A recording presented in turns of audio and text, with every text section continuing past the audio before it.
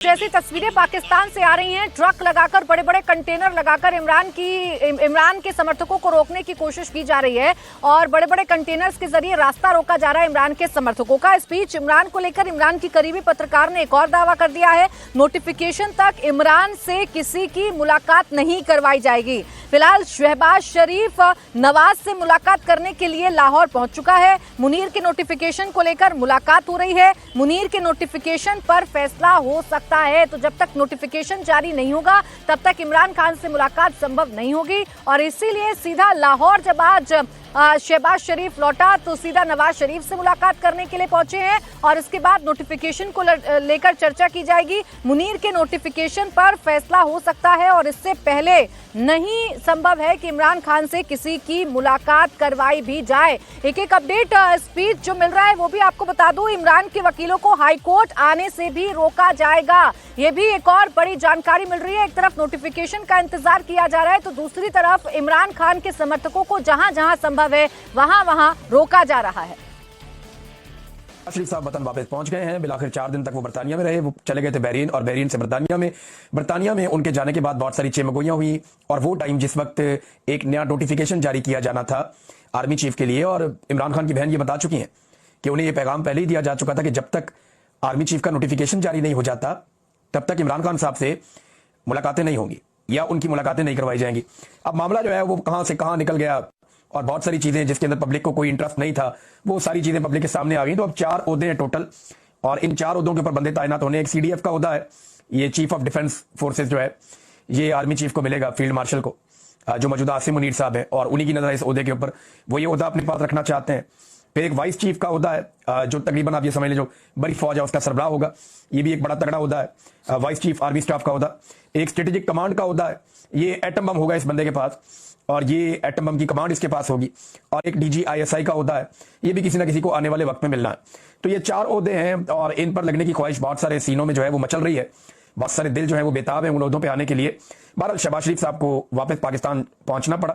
पहले इतला आई थी कि शहबाज शरीफ साहब इस्लामाबाद जाएंगे, लेकिन फिर नई खबर आई कि शहबाज शरीफ साहब लाहौर पहुंच गए हैं, वहां नवाज शरीफ साहब से मुलाकात करेंगे और उसके बाद फिर आगे की हिकमत अमली, यानी नोटिफिकेशन अभी जारी होता है, कल जारी होता है, परसों जारी होता है। ये कबाहत आई क्या नोटिफिकेशन में और ये इतना मामला जो है बात का बतंगड़ बन कैसे गया, ये बड़ा सीरियस इशू है।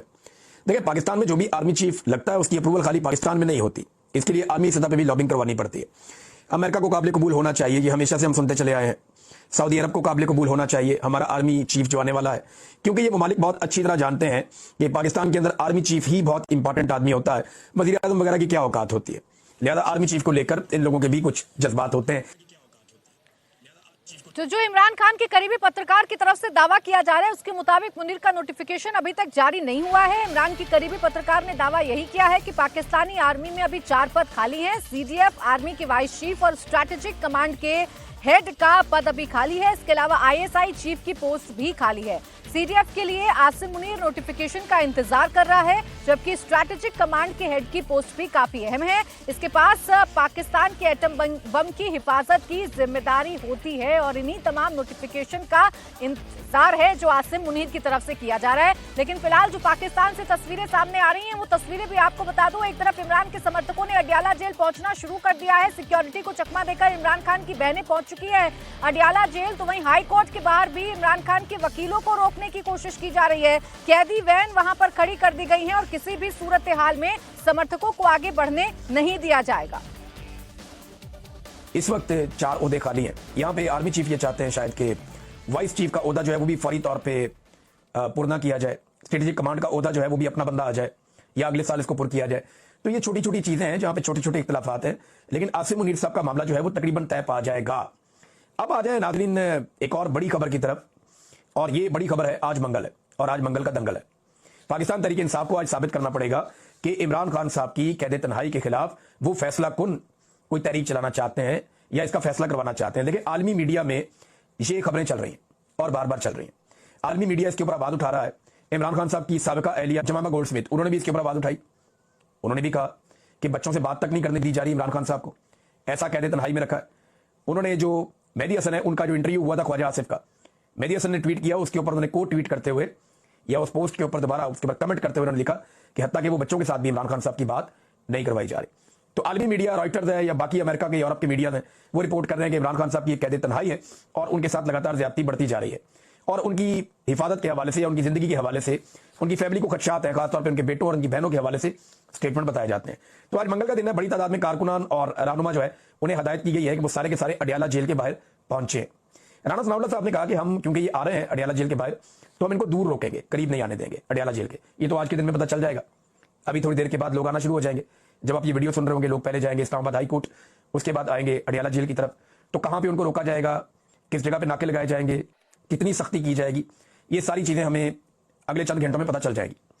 लेकिन पाकिस्तान तहरीक इंसाफ ने एक और बात की है जो सुहेल अफरीदी ने की, नेम एंड शेम करेंगे। यानी वो तमाम लोग जिन्होंने इमरान खान साहब से टिकट लेके इलेक्शन लड़ा, उनके नाम के ऊपर वोट लिया, एमएनए बने, एमपीए बने, सेनेटर्स बने, चाहे वो पंजाब में या केपी में, या वो लोग जिन्होंने टिकट लिया और वो वैसे तो इलेक्शन जीत गए लेकिन उनके खिलाफ फॉर्म 47 जारी हो गया, उनको हरा दिया गया, वो लोग भी, या वो टिकट होल्डर जो इलेक्शन हार गए वो लोग भी, या वो पार्टी के ओहदेदारान जिनके पास पार्टी के अंदर ओहदे हैं और वो ये समझते हैं कि वो आइंदा इलेक्शन लड़ेंगे, उम्मीदवार है, वो लोग भी, वुकला तंजीमें भी। तो इन सबको जो है वो अब बाउंड किया गया कि ये सारे के सारे पहुंचे अडियाला जेल के बाहर, क्योंकि आज इमरान खान साहब की बहनों ने मुलाकात करने के लिए जाना। अब नेम एंड शेम किया जाएगा, सोशल मीडिया के ऊपर बड़ा तमाशा लगेगा। जो लोग नहीं पहुंचेंगे उन्हें बड़ा सॉलिड रीजन देना पड़ेगा कि क्यों वो अडियाला जेल के बाहर नहीं पहुंचे, जब पार्टी ने कॉल की थी कि सारे लोगों को अडियाला जेल के बाहर पहुंचना है। तो दो बातें हैं जो इस वक्त पाकिस्तान में हो रही हैं। एक बात यह है कि इमरान खान के समर्थकों को इकट्ठा होना, तो दूसरी बात यह है कि मुनीर को लेकर सस्पेंस लगातार बनता जा रहा है, सस्पेंस लगातार बरकरार है, नोटिफिकेशन को लेकर सस्पेंस लगातार बरकरार है। इस बीच मुनीर के बेहद खास और पाकिस्तान के गृह मंत्री मोहसिन नकवी का बयान भी सामने आ गया है। मोहसिन नकवी ने कहा है कि सीडीएफ के नोटिफिकेशन का कोई मसला नहीं है, नोटिफिकेशन की देरी पर जो लोग सवाल उठा रहे हैं उससे कोई फर्क नहीं पड़ता। कौन सा नोटिफिकेशन? अच्छा, इनको थोड़े दिन जरा करने दें, मेरी बात सुने। एक कॉन्स्टिट्यूशन में चीज़ हुई है, ये एक नया इदारा बन रहा है, इनका है कि एक बटन दबाओ हो जाए, ऐसे होता नहीं है। अगर किसी एक नई पूरा सिस्टम बनना है उसमें दिन लगते हैं, घंटे लगते हैं। वो ये तो नहीं है बटन दबाएंगे तो कॉन्स्टिट्यूशन में आ गया चीज़।